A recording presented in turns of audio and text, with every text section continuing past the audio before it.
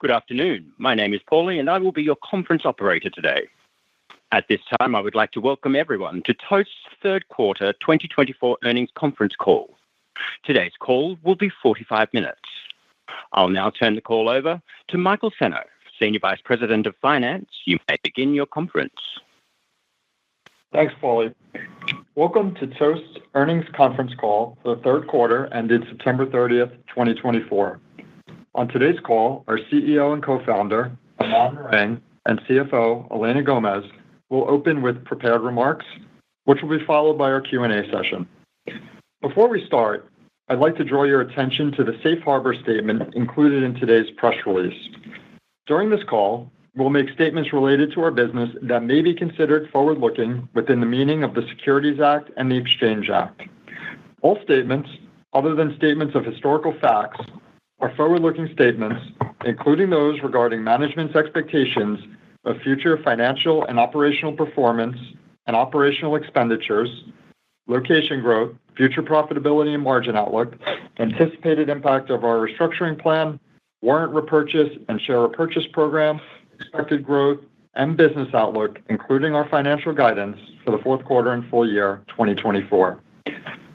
Forward-looking statements reflect our views only as of today, and except as required by law, we undertake no obligation to update or revise these forward-looking statements. Please refer to the cautionary language in today's press release and our SEC filings for a discussion of the risks and uncertainty that could cause actual results to differ materially from our expectations. During this call, we will discuss certain non-GAAP financial measures, including, but not limited to, non-GAAP subscription services gross profit and non-GAAP financial technology solutions gross profit, which we refer to collectively as our recurring gross profit streams. These are the basis for our top-line guidance. These non-GAAP measures are not intended to be a substitute for our GAAP results. Please refer to our earnings release and SEC filings for detailed reconciliations of these non-GAAP measures to the most comparable GAAP measures.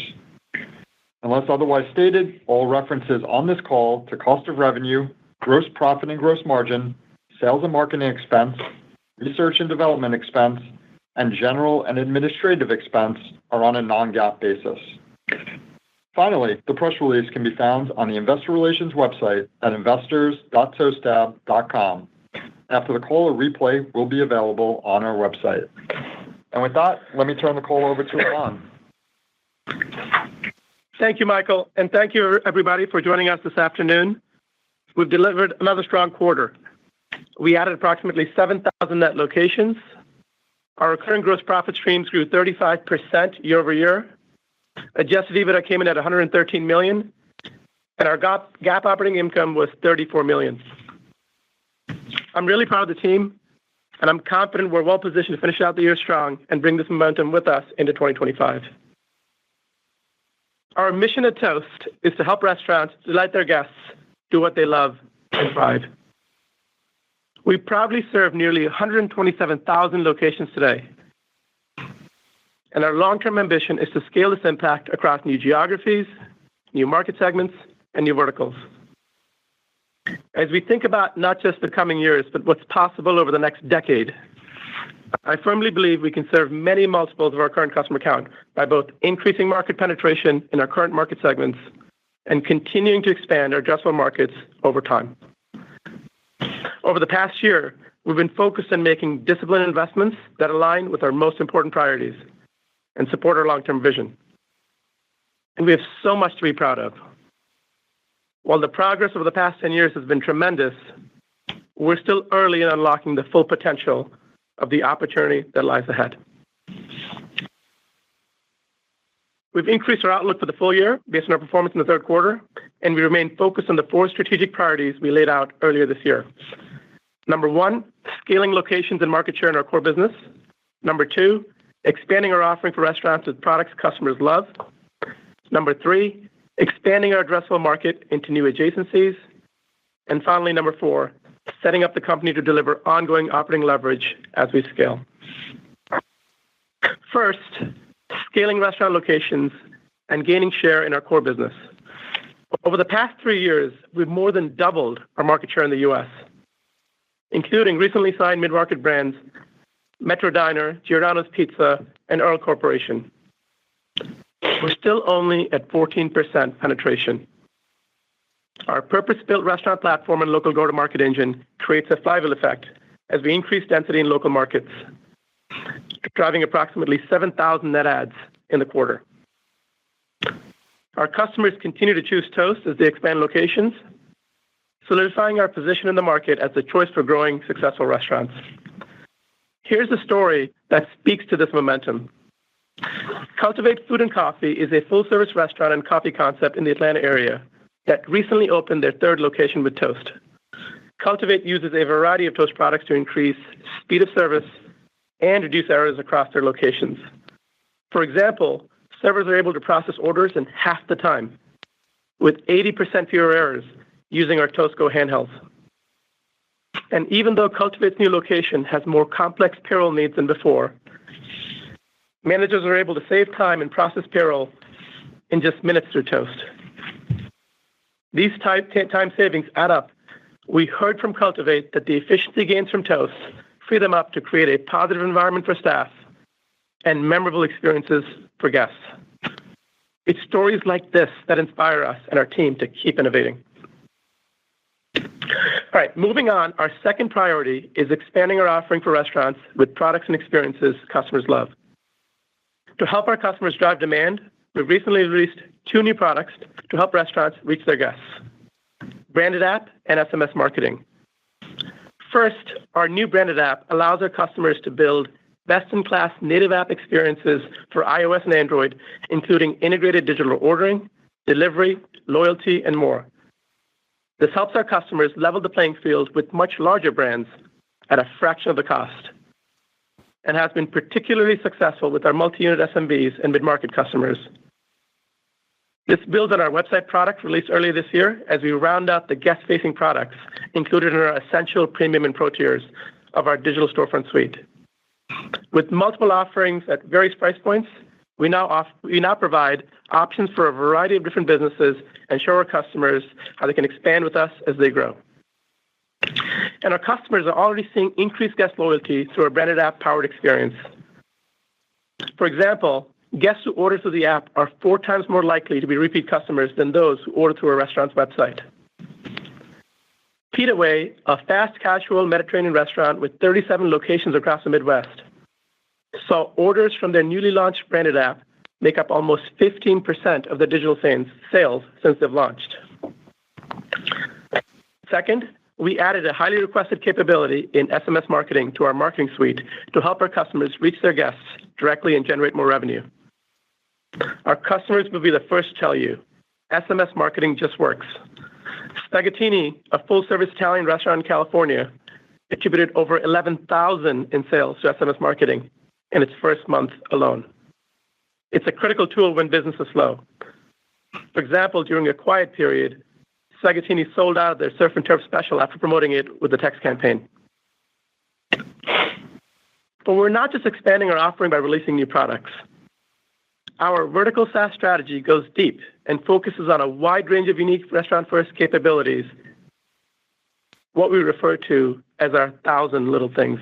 This fall alone, we released over a dozen updates across products like Toast Now, benchmarking, kiosks, Toast Tables, and payroll in response to direct customer feedback.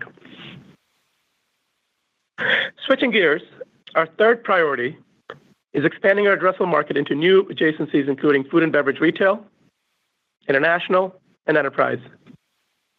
These new verticals represent meaningful TAMs where we see a right to win. And our investments in these areas position us to drive sustained location growth over the long term. We continue to see great signal across these market segments, which has given us even more conviction to increase our investments in these areas as we head into 2025. In food and beverage retail, we've expanded product functionality to now accept EBT SNAP benefits, which opens up more of the grocery and convenience store TAM. We're proud to be able to serve the over 42 million Americans who rely on SNAP, including customers at Gangnam Market, a 28,000 square foot market in Chicago that does over $10 million in sales annually and manages over 15,000 SKUs. Gangnam Market's owners knew Toast would be able to meet their needs of this new concept because they had already used Toast in their restaurants in the past. Next, in international, we're continuing to see momentum with our month-over-month gains in attach for our guest products that we rolled out earlier this year, which is helping us drive our unit economics and sales productivity. Customers in the UK, Ireland, and Canada can now also access Toast Now, our mobile operator app, where they can view real-time data about their restaurant. As we continue to invest internationally and see the attach rates of our products improve, we have even more conviction in what international markets represent for Toast as long-term growth drivers. And within enterprise, I'm excited to announce we've won Potbelly Sandwich Works, and we'll be deploying Toast across their 400-plus locations in the U.S. Our pipeline entering 2025 is really strong, and we continue to make progress across our rollouts with Marriott, NTY Group, NBC, and many others. And lastly, our fourth priority is to continue to deliver ongoing operating leverage as we scale. In 2024, we reshaped our cost structure, positioning us to invest behind our priorities we've laid out to drive durable growth over the long term, while continuing to expand our margins towards the target we presented at our Investor Day.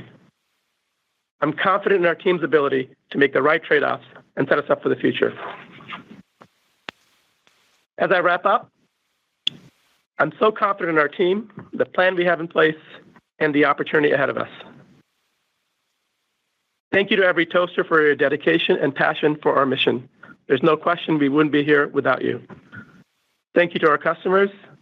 It's an honor to serve you. And to our investors, thank you for continuing to believe in us and our potential.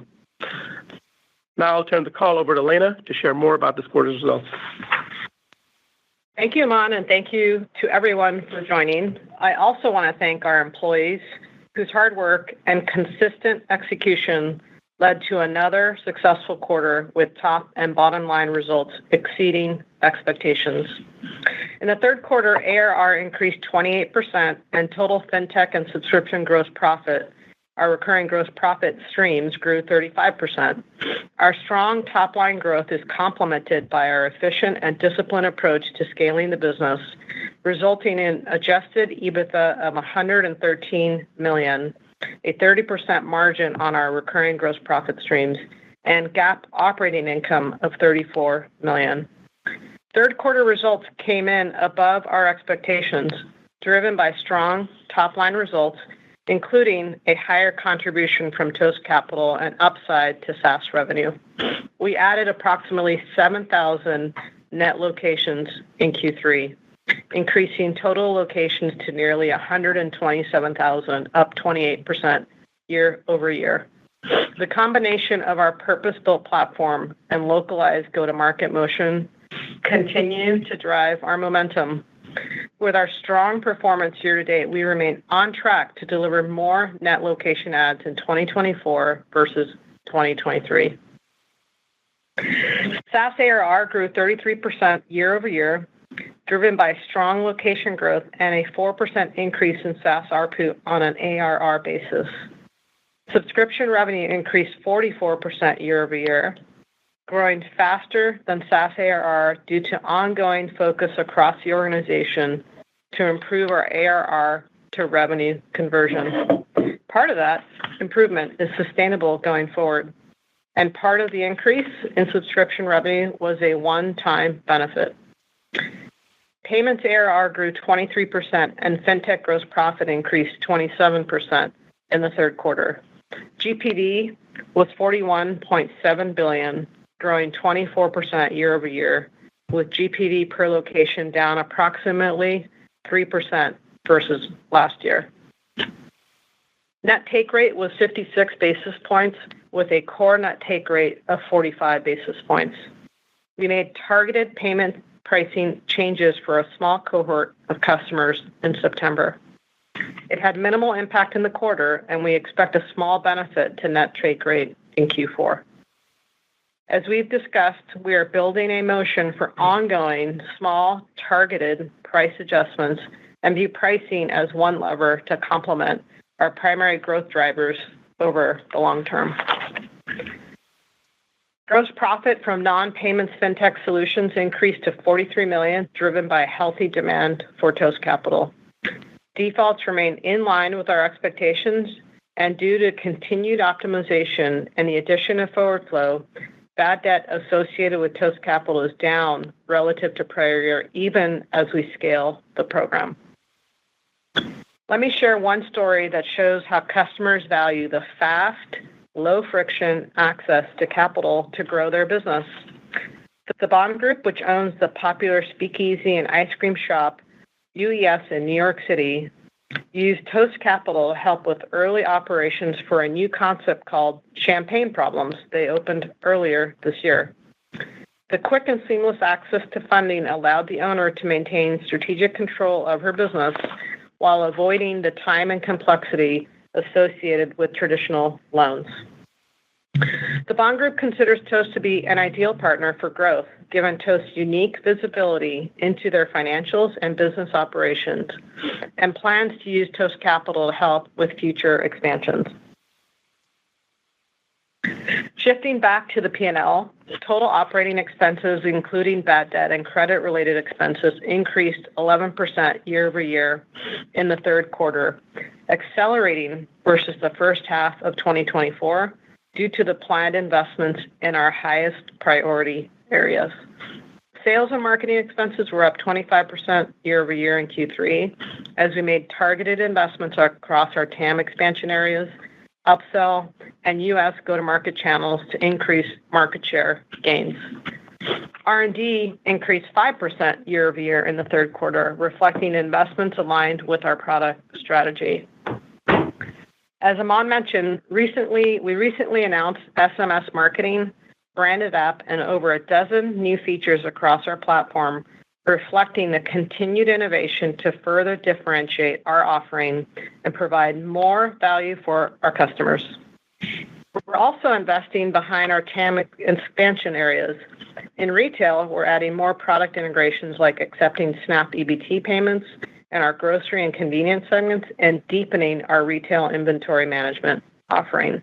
Internationally, we're rolling out more products, including Toast Now, gift cards, and expanding third-party integrations.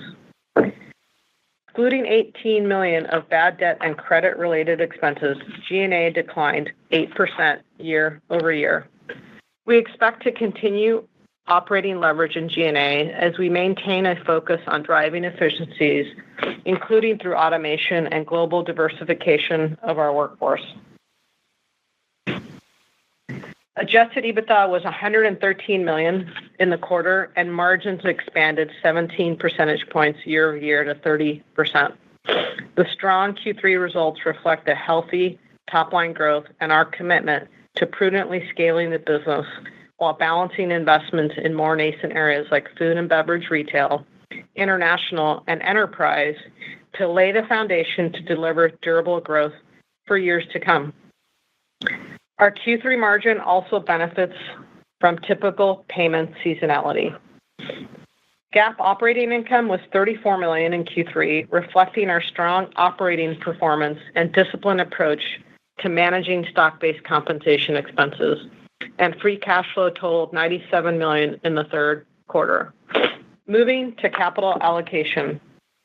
Year-to-date through the third quarter, we repurchased over 2 million shares for $56 million for an average price of $23 per share. Early in the third quarter, we also repurchased a warrant representing 5 million shares, reflecting our focus on reducing dilution. We will continue to be opportunistic based on market conditions and act judiciously in support of building long-term shareholder value. Turning to guidance, for the fourth quarter, we expect total subscription and fintech gross profit to grow in the 32% to 35% range year-over-year, and adjusted EBITDA to be $90 million to $100 million. The sequential decline in adjusted EBITDA and margin compared to the third quarter reflects typical seasonal decline in the fourth quarter of GPV per location, as well as our planned ongoing reinvestments to set ourselves up for sustained healthy growth in both 2025 and over the long term. For the full year, we now expect 32% to 33% growth in fintech and subscription gross profit, and $352 million to $362 million in adjusted EBITDA, representing a 26% adjusted EBITDA margin at the midpoint, marking an approximately 20 percentage point improvement in margin versus last year. Thus far, in 2024, we have delivered meaningful adjusted EBITDA outperformance and significant margin expansion after resetting our cost structure at the beginning of the year and aligning our investments with our highest priority areas. As we exit the year, our strong financial profile enables us to invest in the business to position us for both a strong 2025 and long-term durable growth. We will focus on balancing growth with modest margin expansion as we march towards the 30 to 35 medium-term goal we laid out at Investor Day. To wrap up, we are executing across the board and extremely proud of what we have accomplished so far in 2024 and in our position heading into 2025. Now, I will turn the call back over to the operator to begin Q&A. Thank you. And at this time, I would like to remind everyone, in order to ask a question, press star, then the number 1 on your telephone keypad. And your first question comes from the line of Josh Baer from Morgan Stanley. Please go ahead. Great. Thanks for the question. And congrats on a nice quarter. Question is on location growth ahead. Your TAM is expanding, execution strong, you benefit from more efficiency in your density markets, and you're talking about bringing the momentum from this year into 2025. Does that mean that you can add more locations in 25 versus 24? Is it a similar number? Just wondering how you're thinking about the trajectory of location additions. Hey, Josh. Look, I'll start by saying we've had a great quarter, and we had 7,000 net adds. I think overall for the year, we've got strong net adds in 2024. And it's really led by our flywheel markets and our core business. These flywheel markets continue to drive strong productivity and stronger productivity than our other markets.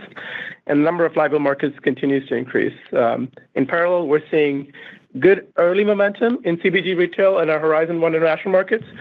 And that does give us more conviction to invest more in those businesses next year. We also had a great win in top billing enterprise. So continue to see momentum there as well, steady momentum.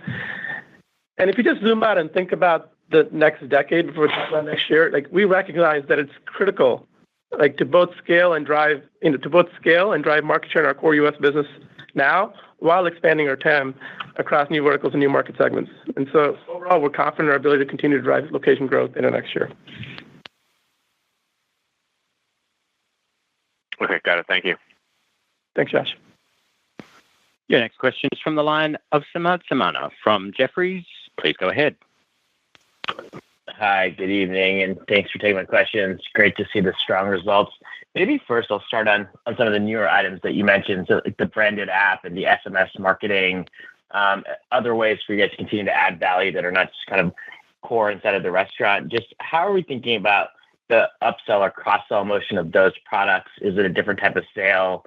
And how should we think about maybe attach rates? And then just, Elena, is there a different gross margin profile for those revenue streams? Yeah, thanks, Samad. I can start, Elena, you can jump in after. The branded app and the SMS marketing tools, they're really nice additions to our guest suite to help our customers drive loyalty and demand. And the early feedback from customers has been great. And we're seeing, especially our mid-market and our multi-unit SMB customers, really pick it up. I think as we think about our longer-term growth strategy, it's both driving locations. That's what we're talking about, driving locations in our core business as well as expanding the TAM and continuing to invest in our product innovation and continue to make the existing products better. And so this is just one more step to help us continue to make our guest suite an even stronger product in the market. Yeah, Samad, to the point on the gross profit for those products, it's too early, but I can just tell you the discipline that you've seen us really execute against and the focus on unit economics and payback periods, that doesn't change as we add more products to our platform. So we'll keep an eye on it, but nothing to report. It's too early. Great. And then just a follow-up on the price increases. You guys, let us know very clearly that it was going to be very targeted. And I think there's some chatter out there on the magnitude that maybe some people have experienced. I'm curious, how long we should think about that rolling through the whole base? Is this something that'll take several quarters? Is this something that will take several years? And when should any kind of expectation on what the tailwind will be when it's fully baked into the install base? Thanks, Ahmad, for the question. So just to frame how we think about pricing, Mon alluded to it a little bit just a minute ago, but as we think about the growth algorithm of the business, right, we think about locations and ARPU as the two primary growth levers, and pricing really complements that alongside. And the way we think about it is, we're going to make targeted pricing adjustments and build this muscle over time. And so what you saw us do in Q3 was make very targeted price changes for a small cohort of customers. Went into effect in September. So that's why we comment minimal impact in Q3, some small impact in Q4. But I would think about pricing as something that is, going to be with us for a long time. Think about it more of as a long-term strategy, and occasionally we will make targeted pricing adjustments where it makes sense. Great. Thank you again. Sure. Thanks, Matt. Your next question is from the line of Stephen Sheldon of William Blair. Please go ahead. Hey, thanks, and also big congrats on the strong quarter. So wanted a really encouraging win with Potbelly's and Enterprise. So just curious how that enterprise pipeline is building. I know it usually takes a lot longer to convert deals there. And for customers that you've won up market, what are some of the bigger factors that have helped you win versus competitive solutions? Thanks, Stephen. Potbelly's a great win for us. I've actually got one down the street from me in Massachusetts where I live. I've always loved their food and their bottled peppers. So it's a great brand, excited to partner with them to get them rolled out. As we think about just our enterprise pipeline, I think every year the thing that I see is we continue to build on the previous year, which is a really good sign. In terms of just the scale, we're getting the types of opportunities we're seeing, the scale of the opportunities. And that's really a testament to, of course, our go-to-market execution, but even more importantly, the investments we've been making in our product to continue to support and build out the capabilities up market, whether it's enterprise config management, some of the capabilities we offer above store to help restaurants manage at scale. And I think, the other piece of it is just there's some custom capability that each of these has, and so building out that capability as well is something we're working on. In the way I think about it, this is enterprise, as we think about the next decade, is an important growth vector for us, but it's going to be steady alongside some of the other growth vectors we've talked about in international and enterprise, international and retail, and of course, our core U.S. SMB business.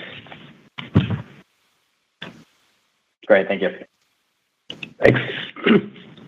Your next question is from the line of Dominic Ball of Redburn Atlantic. Your line is open. Hello, Aman and Elena. Great job as usual. I mean, really impressive on software ARPU expansion. Can you speak a little bit more towards where the such sharp acceleration quarter on quarter has come from? And then going forward into 2025, how does this also change as you start to win even more retail, international, and larger merchants? Yeah, sure. So the comment to answer your question is what happened with the step up in SaaS revenue this quarter. So really proud actually of the team's execution here. There was a focus in the organization to improve our ARR to revenue conversion. The team focused on more specifically improving the billing infrastructure and looking at the end-to-end quote to cash process. And so that resulted in more ARR converting to revenue. And as I commented, some of that is a one-time benefit. We'll see a little bit more in Q4 on a one-time basis. But the way you should think about the future is in Q3, we saw ARR revenue conversion higher than we've seen historically. So we shouldn't expect it to be as high as Q3, but certainly higher than historical levels. Yeah. And Dominic, just to build on that, you asked about some of the new segments and what they mean. We've seen slightly higher ARPU so far in CPG retail, than our core U.S. SMB business and smaller ARPU in international markets.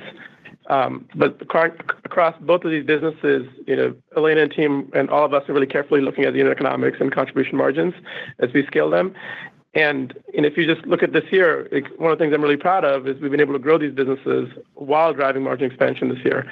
It's just because there's so much overlap across the core platform and what these new market segments need. That's great. Thank you so much. If you don't mind me just asking one more, can you give us any numbers in terms of location wins for international and retail for this quarter?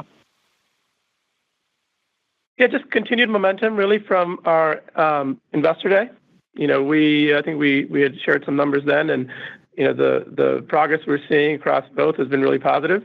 In CPG retail, we're seeing good progress across all of the, whether it's grocery or convenience or bottle shops. And then international, we're continuing to add more and more of the products, which is improving our unit economics and our productivity. And so just continue to see really good momentum going into next year. And in 25, we expect to invest more in these businesses based on what signal we're seeing so far this year. Cool. Thank you. Thank you. Your next question is from the line of Timothy Chiodo from UBS. Please go ahead. Great. Thank you for taking the question. I want to dig in on Toast Capital a little bit. So this business is a key advantage of you being the system of record. And it's not just about the SaaS and the payments, but clearly this is another advantage that you have. You're in sort of that pole position. This topic has become more topical with investors, given Clover is somewhat leaning into their Clover Capital business. Square Capital has been delivering good growth for Square. So with all that as a backdrop, when I look at your volumes as a percentage of GPV, it's sort of in the below 1% level.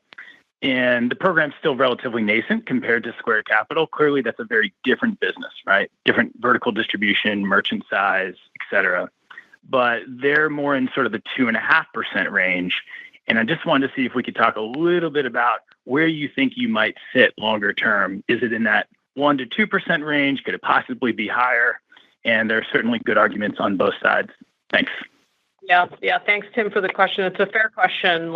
First of all, let me just start by saying the team's execution here has been excellent, and I think the demand for the product is very clear, right? Customers are valuing the fast, low-friction access to capital, and you saw the performance this quarter getting up to $43 million. And the best thing is we continue to optimize the program. Default rates are where we expect them to be, so all in all, it's a really healthy program. As we think about the long term, we're going to continue to grow it in a balanced way. Other companies have different profiles of customers, so you got to take that into consideration.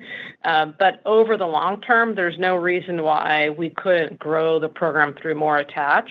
I think we just want to make sure we do that in a very balanced, risk-adjusted manner. But we feel really confident where the team is executing today. Great. Thank you. Your next question is from the line of Dan Dolev from Mizuho. Please go ahead. Hey guys, really amazing results here. Just want to ask bigger long-term strategic question in terms of sort of next year. I know you had the analyst day, but is there, in your discussions, have there been any sort of reprioritizations into the different, initiatives that you're going to take, whether international or any other products, given the recent involvement of the last few months? Thank you. Yeah. Hey, Dan. I think a lot of it's consistency with what we outlined at Investor Day. We've seen a really good year in terms of progress against all of our efforts to drive location growth and ARPU growth, and that's continuing to get more markets into Flywheel and continuing to expand our product portfolio in ways that has impact for customers. And that's really the foundation. As we think about all the future growth opportunities we have, scaling in our core business and driving towards market leadership is foundational. That's the most important thing. As we think about the future, one of the most important things over the next decade is in addition to scaling our core, investing to open up the TAM in areas where we see really good opportunity, where there's a right to win, and where we think there's great unit economics and overlap with our platform. And so I think the team's done a great job finding some of those areas, right? Like with international, with some of the key markets there, with CBG retail, and we're going to invest some more go-to-market capacity in those areas next year. We're going to keep investing in enterprise business and also keep investing in product expansion to make the products that we have better to drive attach rates. And so really the strategy is consistent with what we outlined at Analyst Day. There are also a few things that we're doing that are further out, right? So we do take some part of our investment in our R&D product in our R&D portfolio, and we're investing in things that are further out, where we're looking to see, is there any signal? And those are things that are, where the team's learning, whether it's, other categories, other sub-verticals, other international markets, and we'll share more as and when it's appropriate. Got it. Well, great results on amazing stuff. Thank you. Your next question is from the line of Andrew Bauch from Wells Fargo. Your line is open. Hey guys, this is Conan on for Andrew. Congrats on the strong quarter. I had a quick question on SaaS ARPU. On your own metric, it was up 4% year over year, and just looking at subscription revenue, it was up 12%. Can you go a little bit into what the differences between the two? Yeah, sure. At the highest level, there are differences at times between ARR and revenue based on timing, based on concessions or credits, things like that. And so that's the primary driver between the two. When we talk about SaaS ARPU, we're talking about on an ARR basis, so just keep that in mind. And in terms of the 4%, the execution of the team has been strong, and we view ARPU, as Aman mentioned, as one of the key growth levers alongside locations. So that's how we think about it. Great, thanks. Your next question comes from the line of Will Nance from Goldman Sachs. Please go ahead. Hey, I appreciate you taking the question. A lot of calls going on tonight, so I'll just ask one. But I wanted to ask about the retail push. It's really exciting. We've kind of seen it out in the wild. I've heard some great feedback on it. And I'm just curious if you have any incremental thoughts on just how you're thinking about structuring go-to-market, how you're kind of weighing the benefits of, on the one hand, getting scale out of the existing sales force versus having a more verticalized or kind of specialty sales force for that product. Thanks for taking the question tonight, guys, and nice results. Yeah, thanks, Will. Yeah, as you said, we continue to see great momentum in retail, across all the subcategories we're playing in. And, if you look at 2025, it's giving us more confidence to invest. And, I think part of it's, yes, like investing strategically with a team that is very focused on retail. But part of the benefit that we also have is we've got, all the sales reps throughout the country that can help drive top of funnel and lead flow. So we're thinking through what is the best approach to maximize growth. And that's something we're tweaking and testing. But at the highest level, thinking of the progress and the signal we've seen so far, this gives us conviction to lean in and invest some more next year to see if we can build on the momentum from this year. And thank you for the report that you shared. Our team appreciated that. Oh, thanks, guys. I appreciate you taking the questions. Thanks, Will. Your next question is from the line of Nick Setyan from Wedbush. Please go ahead.